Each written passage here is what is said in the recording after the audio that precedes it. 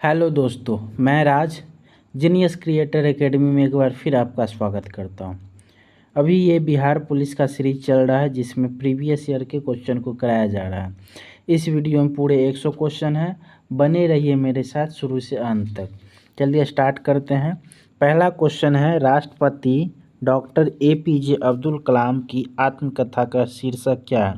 ये सारा क्वेश्चन जो है बिहार कक्षपाल कांस्टेबल परीक्षा का पूछा हुआ 2016 में ये पूछा हुआ क्वेश्चन है। पहला क्वेश्चन है कि डॉक्टर APJ अब्दुल कलाम की आत्मकथा का शीर्षक क्या है।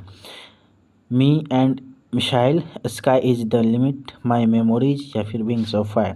इस क्वेश्चन का सही आंसर है विंग्स ऑफ फायर। उसके बाद है कि ब्याज दर निर्धारित की जाती है कैसे। वाणिज्यिक बैंकों द्वारा, केंद्र सरकार द्वारा, निवेश पूंजी पर प्रतिफल की दर द्वारा या फिर तरलता अधिमान द्वारा। इस क्वेश्चन का सही आंसर है वाणिज्यिक बैंकों द्वारा।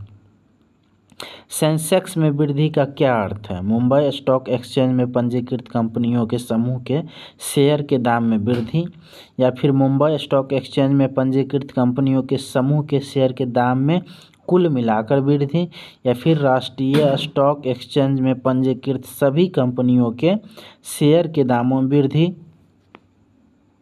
या फिर इनमें से कोई नहीं। तो इस क्वेश्चन का सही आंसर हो जाएगा ए, मुंबई स्टॉक एक्सचेंज में पंजीकृत कंपनियों के समूह के शेयरों के दामों में वृद्धि। क्वेश्चन नंबर 4 है कि हाल ही में शुरू की गई थार एक्सप्रेस किन दो स्टेशन के बीच चलती है। नई दिल्ली और जैसलमेर, मुनाबाव और कोकरापारा, जयपुर और जैसलमेर, या फिर जयपुर और जोधपुर के बीच। तो ये चलता है मुनाबाव और कोकरापार के बीच। भारतीय योजना का मूल उद्देश्य क्या है। आर्थिक वृद्धि, स्वावलंबन, रोजगार उत्पन्न करना, जनसंख्या वृद्धि।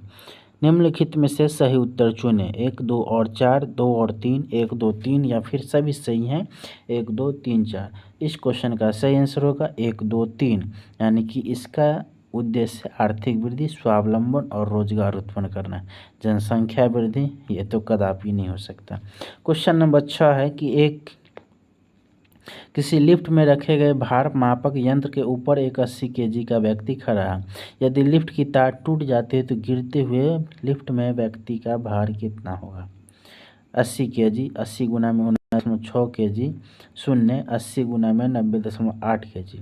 तो हम लोग जानते हैं कि जब लिफ्ट एक समान चाल से नीचे गिर रहा होता है तो उस समय वस्तु का भार शून्य होता है, भारहीनता। इस क्वेश्चन का सही आंसर हो जाएगा शून्य। क्वेश्चन नंबर 7 है कि निम्न के कारण उत्पन्न हुए लोगों के अहित के किसी भी मामले में जनहित याचिका का प्रयोग किया जाता है। किसी सार्वजनिक कर्तव्यों का भंग होना, कानून का उल्लंघन करना, संवैधानिक प्रावधानों का उल्लंघन करना, या फिर इनमें से सभी। इस क्वेश्चन का आंसर होगा सभी। किसी सार्वजनिक कर्तव्यों का भंग होना, कानून का उल्लंघन करना, संवैधानिक प्रावधानों का उल्लंघन करना। क्वेश्चन नंबर 8 है कि किसी माध्यम के अपवर्तनांक म्यू, निर्वात में प्रकाश की गति c और उसका माध्यम में प्रकाश की गति v के बीच सही संबंध क्या होता है। तो इस क्वेश्चन का सही आंसर हो जाएगा म्यू बराबर c/v होता है ये। क्वेश्चन नंबर 9 है कि राज्य में राष्ट्रपति शासन का अर्थ क्या होता है। सीधा राष्ट्रपति का शासन, राष्ट्रपति द्वारा नियुक्त मुख्यमंत्री का शासन, काम चलाओ सरकार, या फिर राज्य के राज्यपाल का सरकार। तो ये क्वेश्चन का आंसर हो जाएगा राज्य के राज्यपाल का सरकार शासन। 18 कैरेट सोना जो बाजार में उपलब्ध हो उसमें क्या होगा। 82 भाग सोना और 18 भाग दूसरा धातु, 18 भाग सोना और 6 भाग दूसरा धातु, 18 भाग सोना और 82 भाग दूसरा धातु, या फिर 9 भाग सोना और 16 भाग दूसरा धातु। तो ये हो जाएगा 18 भाग सोना और 6 भाग दूसरा धातु। क्वेश्चन नंबर 11 है कि निम्न में कौन मौलिक अधिकार नहीं है। धार्मिक स्वतंत्रता का अधिकार, समानता का अधिकार, विचारों की अभिव्यक्ति का अधिकार, समान कार्यों के लिए सभी पुरुषों और सभी महिलाओं को समान वेतन का अधिकार। इस क्वेश्चन का सही आंसर होगा समान कार्य के लिए सभी पुरुष और सभी महिलाओं को समान वेतन का अधिकार। संतोष ट्रॉफी का संबंध किससे है? तो ये तो सभी लोग जानते हैं, फुटबॉल से। क्वेश्चन नंबर 13 है कि मध्य प्रदेश की एक आदिवासी महिला सर्वोच्च न्यायालय को यह टेलीग्राफ करती है कि पुलिस ने उसे गैर कानूनी ढंग से हिरासत में रखा हुआ। सर्वोच्च न्यायालय निम्न में से कौन सा रिट जारी करेगा ताकि महिला का कल्याण हो सके? इसके लिए ऑप्शन है बंदी प्रत्यक्षीकरण, उत्प्रेषण लेख, परमादेश या फिर अधिकार परीक्षा। तो इस क्वेश्चन का सही आंसर हो जाएगा बंदी प्रत्यक्षीकरण। क्वेश्चन नंबर 14 है कि डैश के परिवर्तन से वायु में ध्वनि की गति में परिवर्तन नहीं होता है। वायु तापक्रम, वायु दाब, वायु में उपस्थित नमी की मात्रा या फिर ध्वनि संचरण की दिशा में पवन। तो इस क्वेश्चन का सही आंसर होगा वायु दाब में परिवर्तन से ध्वनि की गति में परिवर्तन नहीं होता है। क्वेश्चन नंबर 15 है कि प्रकाशित तंतु ऑप्टिकल फाइबर जिसे कहा जाता है मुख्य रूप से किस लिए उपयोग किया जाता है? संचार, संगीत, वाद्य यंत्र, बुनाई या फिर खाद्य उद्योग। इस क्वेश्चन का सही आंसर है संचार। जब वाष्प द्रव में घनीभूत होता है तो यह ऊष्मा का अवशोषण करता है, इसका तापक्रम कम होता है, यह ऊष्मा का निष्कासन करता है या फिर इनमें से कोई नहीं, यह ऊष्मा का निष्कासन करता है। किसी समयावधि में सामान्य 1 वर्ष के दौरान विभिन्न क्षेत्रों के द्वारा कुल उत्पादित वस्तुओं और दी गई सेवाओं का कुल योग क्या कहलाता है? तो ये कहलाता है राष्ट्रीय उत्पाद। क्वेश्चन नंबर 18 है कि इसरो द्वारा अब तक प्रक्षेपित कौन सा उपग्रह भारत में डायरेक्ट टू होम यानी कि DTH टेलीफोन सेवाओं की आवश्यकता को पूरी करता है? इनसेट 3D, इनसेट 2D या फिर इनसेट 4A अभी प्रक्षेपित करना बाकी है। इस क्वेश्चन का सही आंसर है इनसेट 4A। क्वेश्चन नंबर 19 है कि किसी पदार्थ में अति चालकता आती है यदि उसे बहुत उच्च ताप पर गर्म किया जाए, उस पर उच्च दाब आरोपित हो, उसे अति निम्न ताप पर ठंडा किया जाए, उस पर अति निम्न दाब आरोपित किया जाए। तो इस क्वेश्चन का सही आंसर है सी, उसे अति निम्न ताप पर ठंडा किया जाए, उसको अति चालकता आ जाती है। क्वेश्चन नंबर 20 है एल्युमिनियम का बना ट्रे जिसमें चाय और खाना परोसा जाता है कुछ रंगों से रंगा जाता है। ऐसा करने के लिए उस पर विद्युत धारा प्रवाहित होती है जिससे उस पर एल्युमिनियम ऑक्साइड की परत चढ़ जाए जो रंगों को अवशोषित कर रहा है। तो इस विधि को हम लोग क्या कहते हैं? गैल्वेनीकरण, एनोडाइजिंग, सेराडाइजिंग या फिर एनीलिंग। तो इस क्वेश्चन का सही आंसर है गैल्वेनीकरण। क्वेश्चन नंबर 21 है सूची 1 को सूची 2 से मिलाइए। लैंगरहैंस की द्वीपिका, पिट्यूटरी ग्रंथि, थायराइड ग्रंथि और एड्रिनल ग्रंथि। ऑप्शन इसका सूची 2 है कैल्सिट्रोन, एपिनेफ्राइन, वृद्धि हार्मोन या फिर इंसुलिन। तो इस क्वेश्चन का सही आंसर हो जाएगा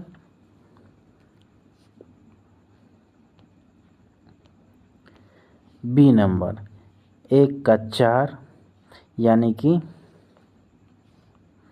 लैंगरहैंस की द्वीपिका, इंसुलिन इसमें। उसके बाद 2 का 3, 2 में पिट्यूटरी ग्रंथि है, इसका हो जाएगा 2 का 3। उसके बाद है सी का 1 थायराइड ग्रंथि, कैल्सिट्रोन और एड्रिनल ग्रंथि, एपिनेफ्राइन। क्वेश्चन नंबर 22 है कि परमाणु विस्फोट में काफ़ी ऊर्जा निकलती है, इसके क्या कारण है? न्यूट्रॉन का प्रोटॉन में रूपांतरण, रासायनिक ऊर्जा का न्यूक्लियर ऊर्जा में रूपांतरण, रासायनिक ऊर्जा का ऊष्मा ऊर्जा में रूपांतरण या फिर द्रव्यमान का ऊर्जा में रूपांतरण। इस क्वेश्चन का सही आंसर है द्रव्यमान का ऊर्जा में रूपांतरण से परमाणु विस्फोट में काफ़ी अधिक ऊर्जा निकलती है। क्वेश्चन नंबर 23 है कि यदि किसी वस्तु का वेग 3 गुना बढ़ा दी जाए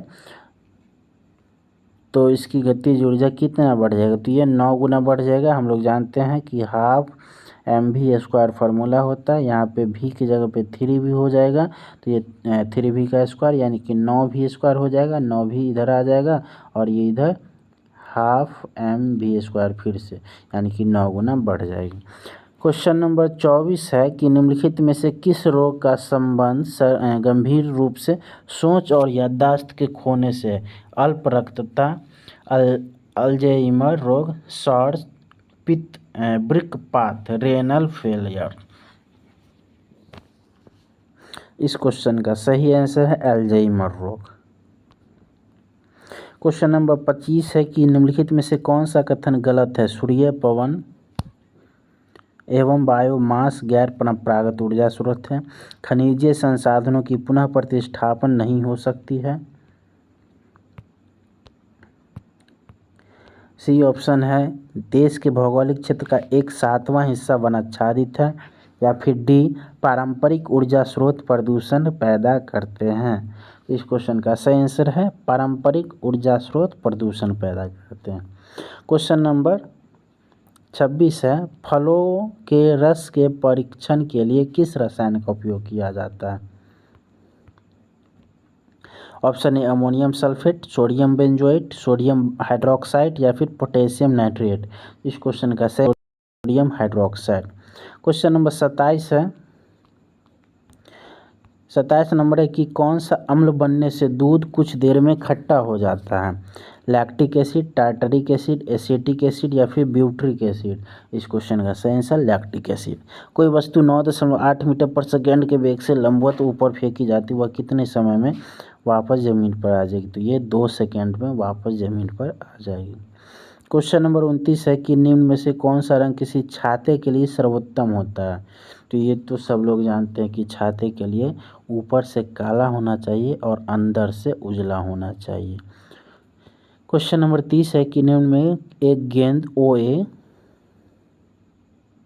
तथा OB सतह पर स्थित है। सतह OA का प्रतिक्रिया बल क्या होगा। OB से अधिक गेंद के वजन एवं आकार पर निर्भर करेगा, OB से कम या फिर इनमें से कोई नहीं। तो इस क्वेश्चन का सही आंसर है OB से अधिक।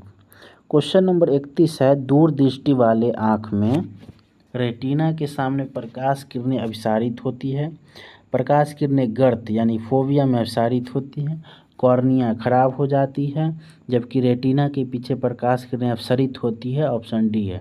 इस क्वेश्चन का सही आंसर हो जाएगा डी रेटिना के पीछे प्रकाश किरणें अपसरित होती हैं। क्वेश्चन है 32 नंबर लाइफ लाइन एक्सप्रेस क्या है। भारत में कार्यरत रेल पर प्रथम हॉस्पिटल। नशेड़ियों को बचाने हेतु नशा छुड़ाने के लिए चलाया गया अभियान। रामनाथ गोयनका द्वारा शुरू की गई एक लोकप्रिय स्वास्थ्य पत्रिका। सार्वदेहिक संज्ञाहरण में रोगी के रक्तदाब के विक्षेपण के अवलोकन के लिए उपयोग में आने वाला एक महत्वपूर्ण यंत्र। तो इस क्वेश्चन का सही आंसर है भारत में कार्यरत रेल पर प्रथम हॉस्पिटल है ये लाइफलाइन एक्सप्रेस। क्वेश्चन नंबर 33 है यूरेनियम का कौन सा आइसोटॉप न्यूक्लियर रिएक्टर में होने वाली श्रृंखला प्रतिक्रिया को जारी रखने की क्षमता रखता है। यूरेनियम 239, यूरेनियम 238 या फिर यूरेनियम 235 या फिर इनमें से कोई नहीं। तो इस क्वेश्चन का सही आंसर है यूरेनियम 235। क्वेश्चन नंबर 34 है मॉडेम एक हार्डवेयर युक्ति है जो अंतरापृष्ठ है CPU तथा CRT से, टेलीफोन लाइन एवं कंप्यूटर यंत्र से, प्रिंटर एवं मुख्य मेमोरी से तथा मुख्य एवं सहायक मेमोरी से। इस क्वेश्चन का सही आंसर है टेलीफोन लाइन एवं कंप्यूटर यंत्र से। 35 है कंप्यूटर का प्रसंस्करण वेग प्रोसेसिंग स्पीड किस में मापा जाता है। मेगाबाइट में, मेगाहर्ट्ज में, 16 बिट में, मिली सेकेंड में। इस क्वेश्चन का सही आंसर हो जाएगा मेगाबाइट में। क्वेश्चन नंबर 36 है डैश कंप्यूटर सॉफ्टवेयर का एक उदाहरण है। CPU, कॉम्पैक्ट डिस्क, मॉनिटर या फिर माइक्रोसॉफ्ट ऑफिस। तो इस क्वेश्चन का सही आंसर है माइक्रोसॉफ्ट ऑफिस। क्वेश्चन नंबर 37 है विटामिन K की कमी के फलस्वरूप क्या हो सकता है। हड्डी कमज़ोर हो जाएगा, स्कर्वी होगा, बांझपन होगा या फिर शल्य क्रिया के उपरांत रक्तस्राव होगा। तो इस क्वेश्चन का सही आंसर है रक्तस्राव। क्वेश्चन नंबर 38 है कि पृथ्वी की सतह से तुल्यकालिक उपग्रह की ऊंचाई कितनी होती है। तो ये होती है 36,000 किलोमीटर। क्वेश्चन नंबर 39 है कि सिराजुद्दौला की हार डैश के युद्ध में हुई थी, बक्सर, बांडीवास या फिर पलासी। इस क्वेश्चन का सही आंसर है प्लासी के युद्ध में सिराजुद्दौला की हार हुई थी। क्वेश्चन नंबर 40 है कि भारत के सबसे पूर्वोत्तर भाग तक कौन सा राज्य विस्तारित है? असम, मणिपुर, नागालैंड या फिर अरुणाचल प्रदेश? इस क्वेश्चन का सही आंसर है अरुणाचल प्रदेश। क्वेश्चन नंबर 41 है कि निम्नलिखित में से किस देश में क्रिसमस का त्यौहार ग्रीष्म ऋतु में मनाया जाता है? ये मनाया जाता है ऑस्ट्रेलिया में। सलाल जल विद्युत परियोजना किस नदी पर स्थित है? झेलम, चिनाब, रावी या इनमें से कोई नहीं, तो यह है चिनाब नदी पर। भारत सरकार अधिनियम 1919 की सबसे महत्वपूर्ण बात जो उस अधिनियम से प्रारंभ की गई थी वह क्या था? द्वैध शासन, पृथक निर्वाचक, प्रांतीय स्वायत्तता या फिर वयस्क मताधिकार? तो इस क्वेश्चन का सही आंसर है द्वैध शासन। क्वेश्चन नंबर 44 है कि निम्न में कौन सी पर्वत श्रृंखला मात्र एक ही राज्य में फैली? अरावली, अजंता, सतपुरा या फिर सह्याद्री? तो इस क्वेश्चन का सही आंसर है अरावली। क्वेश्चन नंबर 45 है सिंधु घाटी सभ्यता की मुख्य विशेषता क्या है? नगर योजना, चौड़ी सड़कें, निकासी व्यवस्था या फिर पक्का मकान? इस क्वेश्चन का सही आंसर है नगर योजना। निम्नलिखित में कौन सही सुमेलित नहीं है? अलवाई खाद, नवेली एल्युमिनियम, अंकलेश्वर कच्चा तेल या फिर नेपानगर अखबारी कागज? इसमें सभी सही हैं, बस बी ऑप्शन गलत है, नेवेली एल्युमिनियम। किसी स्थान का अक्षांश इसके डैश का सूचक होता है? समय का, वर्षा की मात्रा का, ऊंचाई का या फिर तापक्रम का? तो ये हो जाएगा समय का। समय के अक्षांश के हिसाब से ही समय निर्धारित होता है। क्वेश्चन नंबर 48 है कि भारतीय स्वतंत्रता का तिरंगा ध्वज पहली बार कब फहराया गया था? रावी नदी के तट पर 31 दिसंबर 1929 के मध्य रात्रि को, लाल किले पर 15 अगस्त 1930 को, 26 जनवरी 1930 को संपूर्ण देश में या फिर रावी नदी के तट पर 26 जनवरी 1929 के मध्य रात्रि को? इस क्वेश्चन का सही आंसर है 26 जनवरी 1930 को संपूर्ण देश में।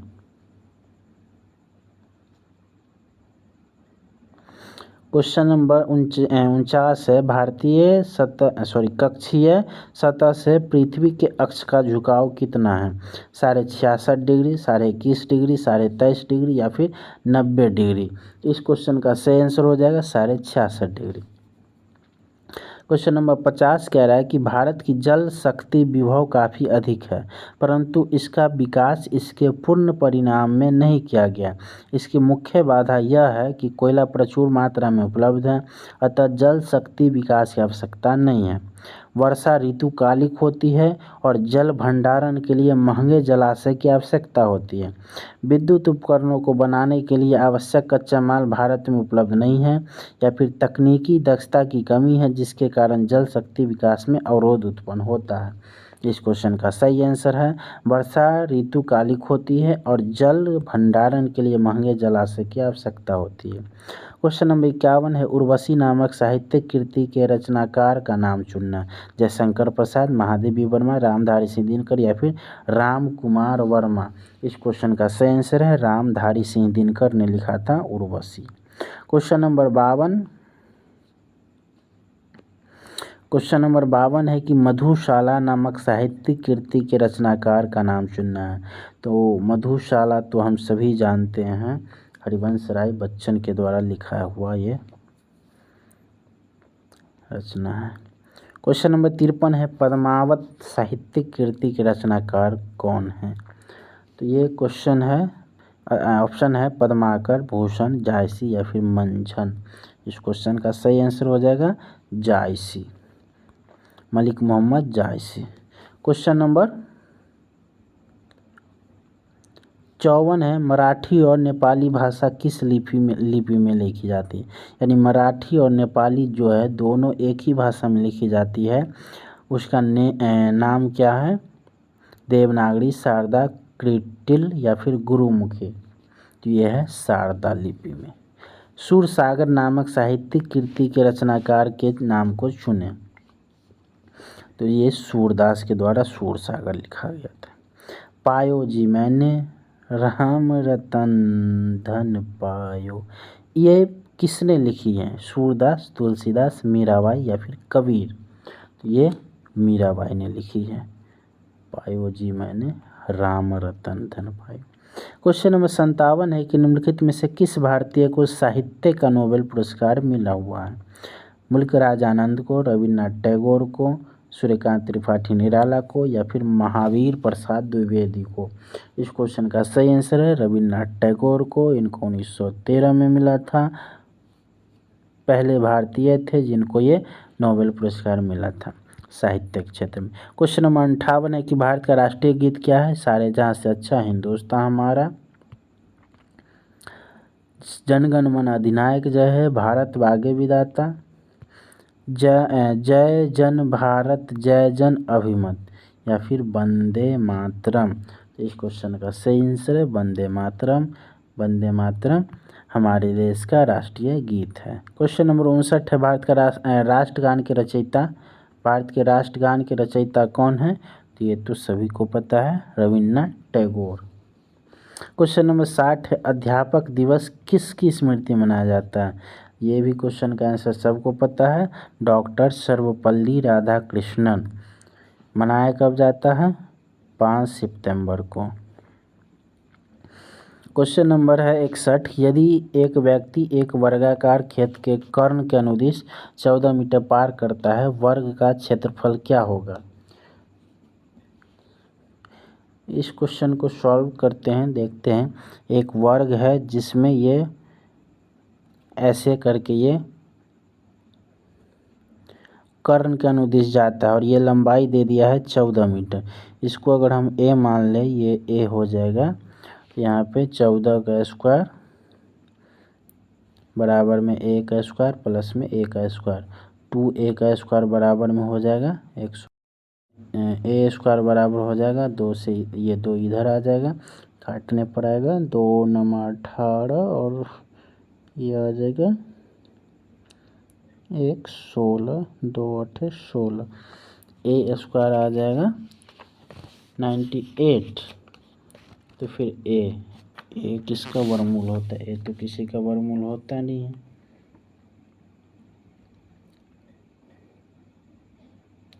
अच्छा, यहाँ से क्षेत्रफल पूछा है ना, क्षेत्रफल पूछा है तो क्षेत्रफल क्या होता है? भुजा स्क्वायर यानी ए स्क्वायर, तो ए स्क्वायर यहाँ से 98 ही आ जाएगा। तो इस क्वेश्चन का सही आंसर हो जाएगा 98। क्वेश्चन नंबर 62 कह रहा है कि tan theta plus sec square theta किसके बराबर है? यहाँ पे जगह नहीं है। इस क्वेश्चन को सॉल्व करेंगे तो आपको सही आंसर आ जाएगा 1 प्लस में साइन थीटा बटा में 1 minus sine theta. Question number 63 है कि sine theta plus tan theta minus cos 60 का मान क्या होगा? तो साइन थीटा हो जाएगा 1/2, टैन थीटा हो जाएगा 45, टैन 45, और कॉस 60 का मान हो जाएगा 1/2। माइनस है यहाँ पे, ये -1/2 ये कट जाएगा यानी एक आंसर आ जाएगा। तो इस क्वेश्चन का सही आंसर हो जाएगा ऑप्शन सी 1। क्वेश्चन नंबर 64 है कि ए की आयु बी की आयु से 20% अधिक है। आई बोल रहा है, ए की आयु बी से 20% अधिक है, बी की आयु ए से कितना प्रतिशत कम है? तो इसको बनाएंगे 20 अधिक है तो 100 में जोड़ देंगे 120 बट्टा में 100, ये 0 से ये 0, ये 2 से कट जाएगा 6 बार में, और इसको काटेंगे ये आ जाएगा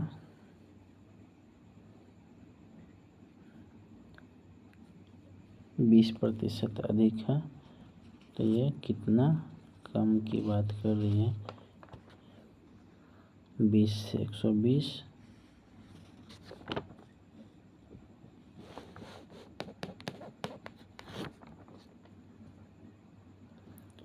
ये आ जाएगा 2 3 6, और ये आ जाएगा 2 से 50 बार में, ये आ जाएगा, ये आ जाएगा 16 दशमलव कुछ आ जाएगा, ये 16% इसका सही आंसर होगा। इस क्वेश्चन का सही आंसर 16%। ठीक है। क्वेश्चन नंबर 65 है कि प्रथम 100 प्राकृतिक संख्याओं का योग, तो ये हो जाएगा, इस फार्मूले से हम लोग निकाल सकते हैं n × n + 1 और बट्टा में 2। यहाँ n है 100 और ये n+1 यानी कि 101, यानी कि 100 प्लस में 101 गुना में और बट्टा में 2। 2 से काटेंगे तो 50 और 101। अब 50 को 101 से गुना करेंगे तो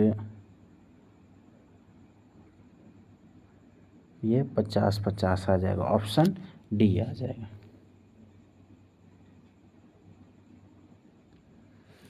कहीं पे कुछ गलत हुआ है क्या? n इंटू में n+1 करेंगे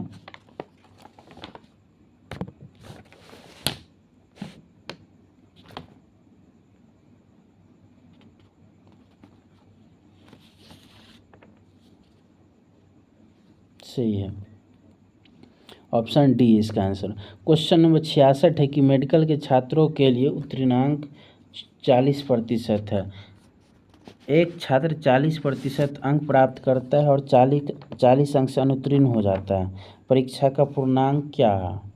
तो ये क्वेश्चन यहाँ पे अगर हम 40 प्लस में 40 करें बराबर छात्रों के लिए उत्तीर्णांक 40% है, यानी x का 40% बट्टा में 100, 40 40 80 गुना में 100 बट्टा में 40, 40 गुना 200। सही आंसर हो जाएगा इसका 200।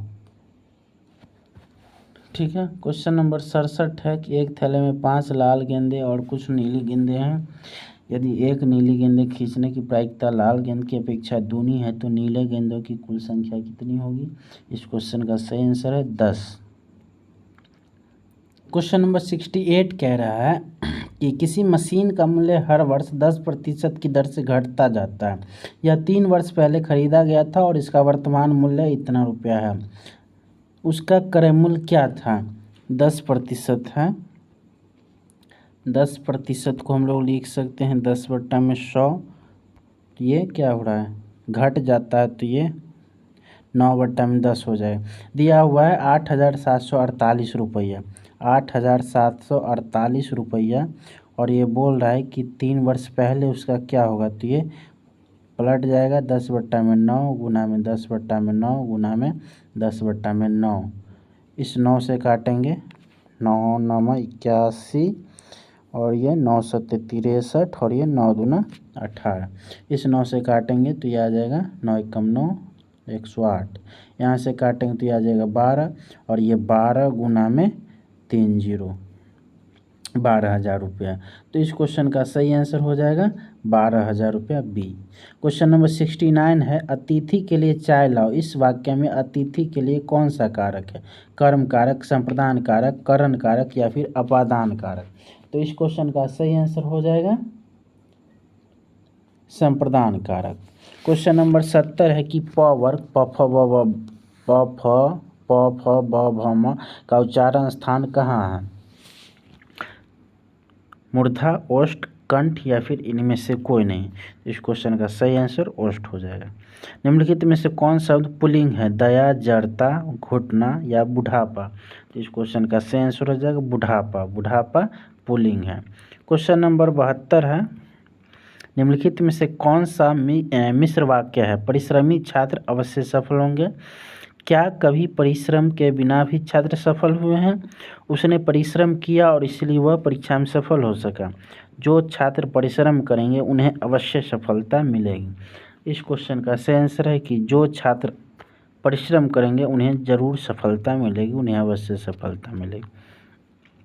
दो शब्दों या वाक्यों को जोड़ने वाले शब्द कौन से शब्द होते हैं? समुच्चयवाचक शब्द, सर्वनामवाचक शब्द, संबंधवाचक शब्द या फिर इनमें से कोई नहीं। तो इस क्वेश्चन का सही आंसर होगा समुच्चयवाचक।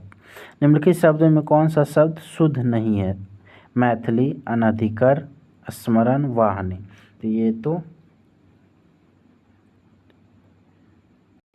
कौन सा शब्द शुद्ध है बोला? शुद्ध बोल रहा था स्मरण। मैथिली गलती है, अनधिकार यानी अनाधिकार होना चाहिए था, वाहनी। स्मरण यहाँ पे सही है, बाकी सब गलत है। हर्षी, हर्षु, इसमें से इसको क्या कहा जाता है? हर्षो स्वरवन, प्लुत स्वर वर्ण, दीर्घ स्वर वर्ण या फिर इनमें से कोई नहीं, तो इसको ह्रस्व कहा जाता है।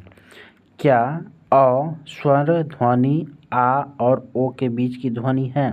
हाँ, संभव नहीं, नहीं या फिर इनमें से कोई नहीं, इसका होगा नहीं। क्वेश्चन नंबर 77 है कि भाषा में अभिव्यक्ति के कितने रूप होते हैं? 3, 2, 4 या फिर 5? तो ये 3 होते हैं।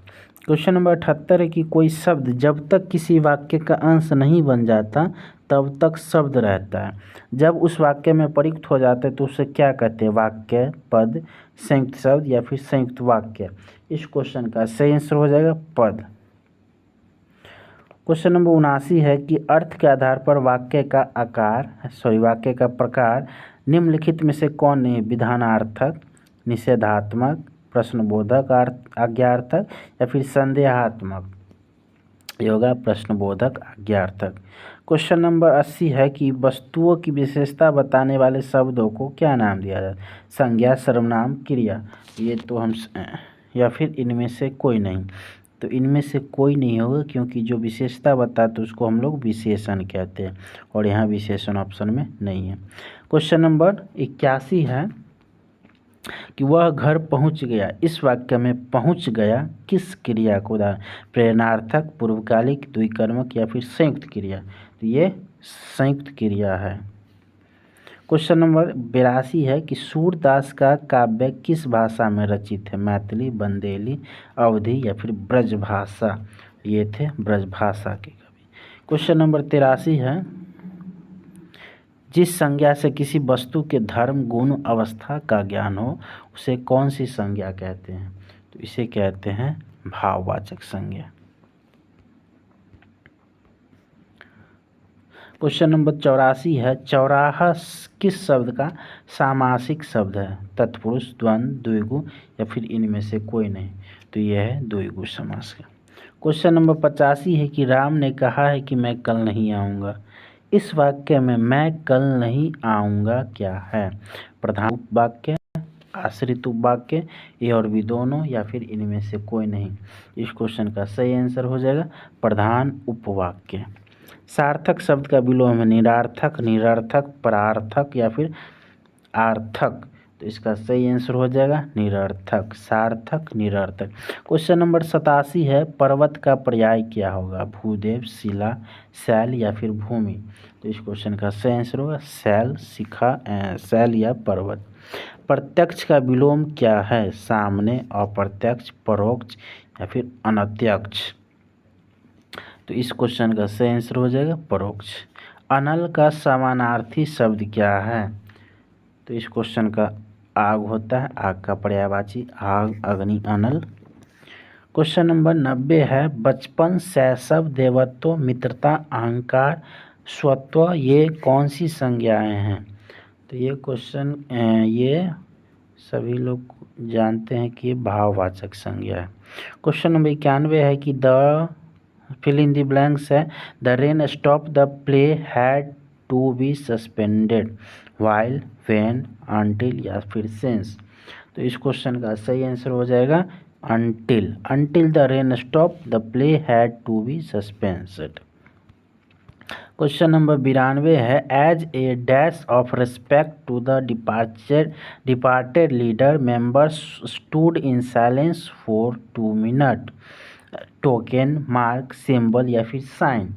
इस क्वेश्चन का सही आंसर हो जाएगा mark, as a mark of respect. The doctor advise the patient to dash an operation? Undergo, underpass, undertake या फिर अंडरलाइन? तो इस क्वेश्चन का सही आंसर हो जाएगा अंडरगो। क्वेश्चन नंबर 94 है Rakesh is sure dash getting a first class in the coming examination? Of, in, at या फिर ऑन? तो इस क्वेश्चन का सही आंसर हो जाएगा of, Rakesh is sure of getting a first class in the coming examination. Question number 95 है the child is not at all please dash her new toy by, for, at या फिर with? इस question का सही answer हो जाएगा with. Question number 96 है one which can not be corrected के लिए एक शब्द क्या है? इनक्यूरेबल, अपराइट, इनकॉरिजिबल या फिर इनवल्नरेबल। तो इस क्वेश्चन का सही आंसर हो जाएगा सी, इनकॉरिजिबल। क्वेश्चन नंबर 97 है सेंसिटिव। सेंसिटिव का विलोम क्या है? कैलस, सेंसलेस, इनअटेंसिव, फिर अनकॉन्सर्न्ड। तो इस क्वेश्चन का सही आंसर हो जाएगा कैलस। क्वेश्चन नंबर 98 है डिफेंस का विलोम शब्द क्या होता है?